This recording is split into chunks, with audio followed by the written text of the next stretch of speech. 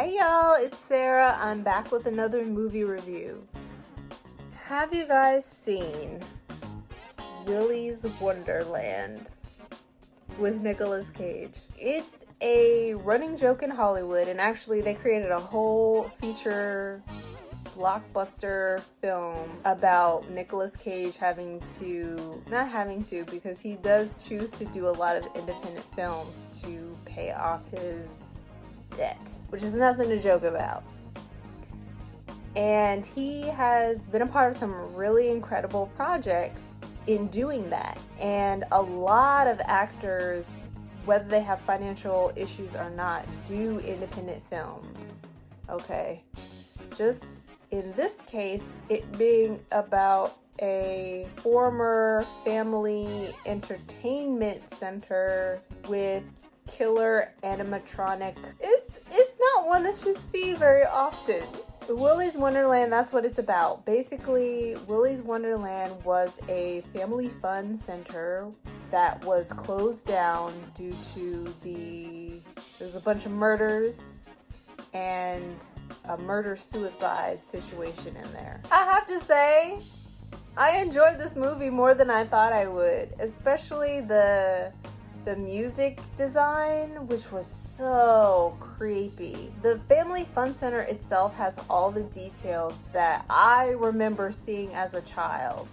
You know, having pinball machines and posters everywhere, those animatronic animal/humanoid dancing puppet things, you know, the tables set up everywhere, the themed rooms, you know. So it was like there was an extra layer of creep factor because the details were there. Sometimes in independent films you don't have money for details, and I get it, and you kind of gloss over it, you know, or you design the story or character development so that those are the things that you're paying attention to. But a lot of time is spent in Willy's Wonderland. So the fact that they had it from end to end, well designed, including that creepy song and remixed versions of that same creepy song and slightly different versions of that creepy song throughout the entire movie was really well done. It's a slasher film, just like Friday the 13th, only it's with these creepy puppet doll things. So if you have a thing about that, I wouldn't watch it. But if you can get over that part, it's pretty entertaining. It's not haunted exactly. And it sort of reminds me of the Fear Street series. These terrible things happen in this center. And instead of the town burning that building to the ground or destroying it or making it into something else, it just sits there. It's like the haunted house of the whole town, where it's like, you know what happened there? This, and this happened there.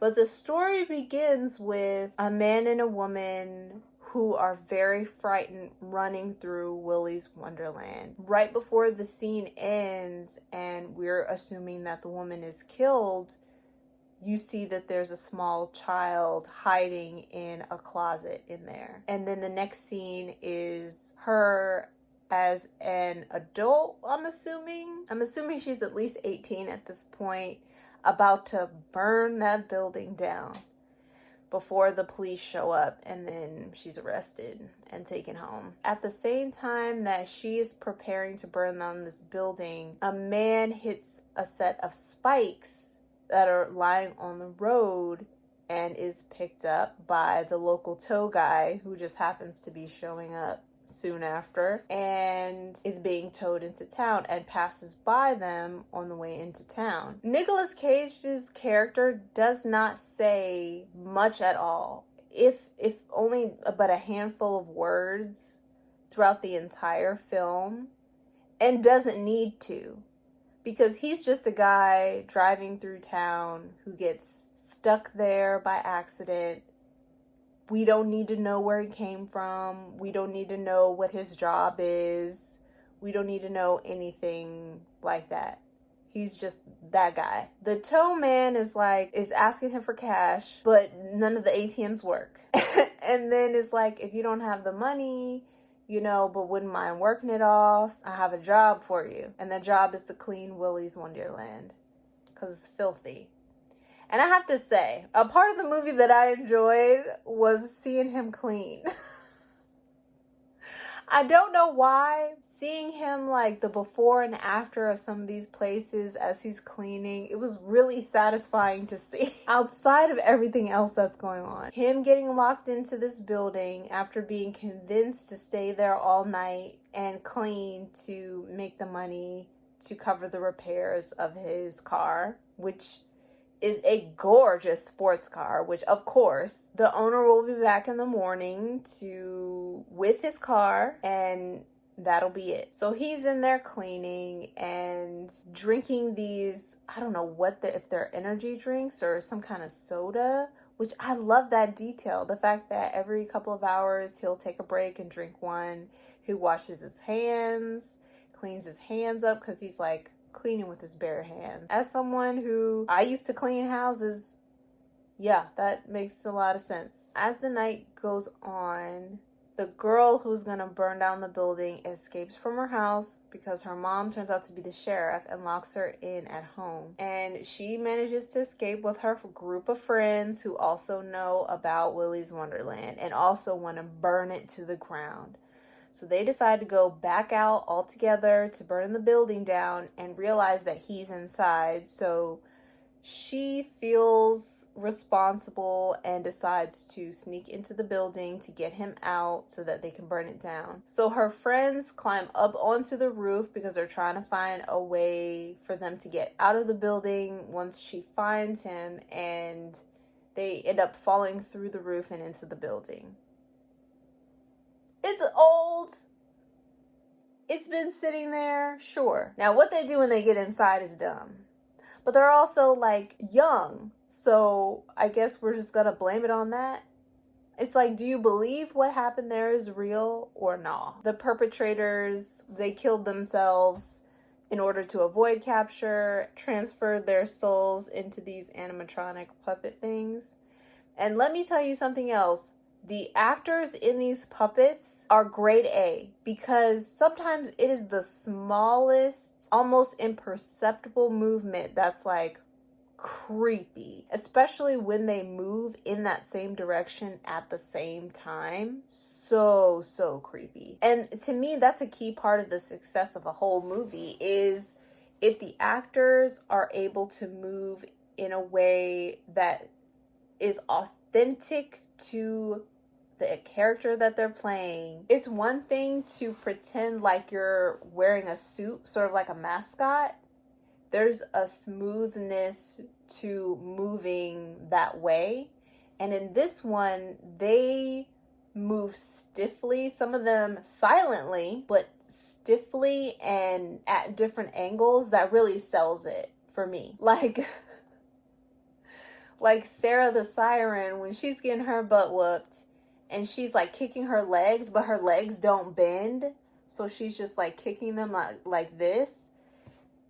That's creepy and weird, and makes it clear that they're not just people wearing masks or, things like that. The special effects that they use, I think, were really well done because it was done sparingly and in specific scenes, so it didn't become overly cheesy and predictable. Like when Sarah the Siren is hiding and the tongue from that other one is like grabbing stuff.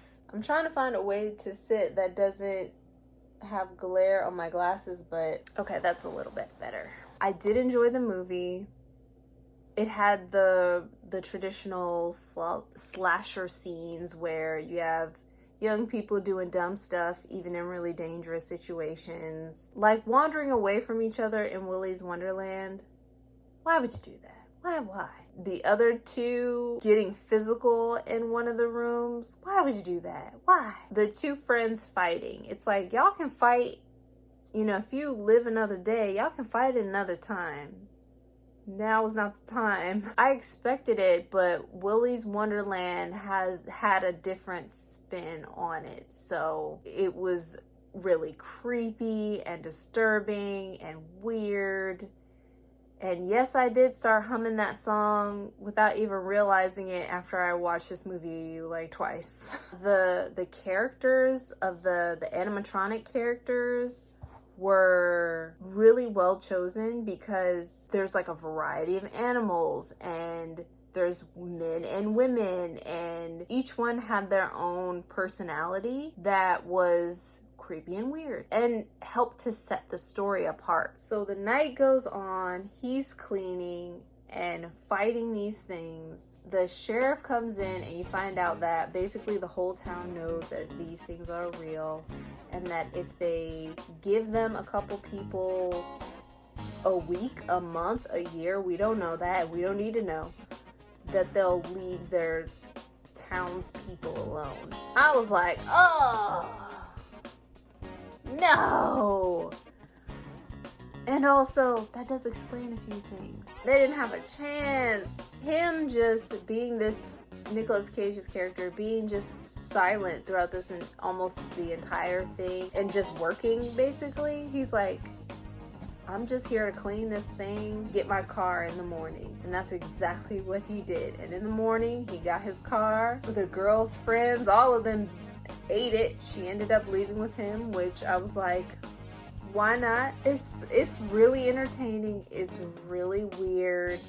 It's really creepy. I would give it, for what it is, I would give it a 3 out of 5, and I would recommend it. While we don't really get to know our characters, there's not a lot of character development.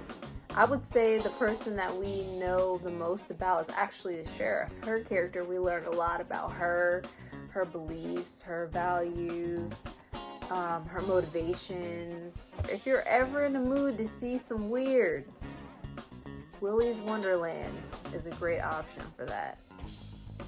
So, thank you all for joining me here today for a super short movie review, and I'll see you guys next time.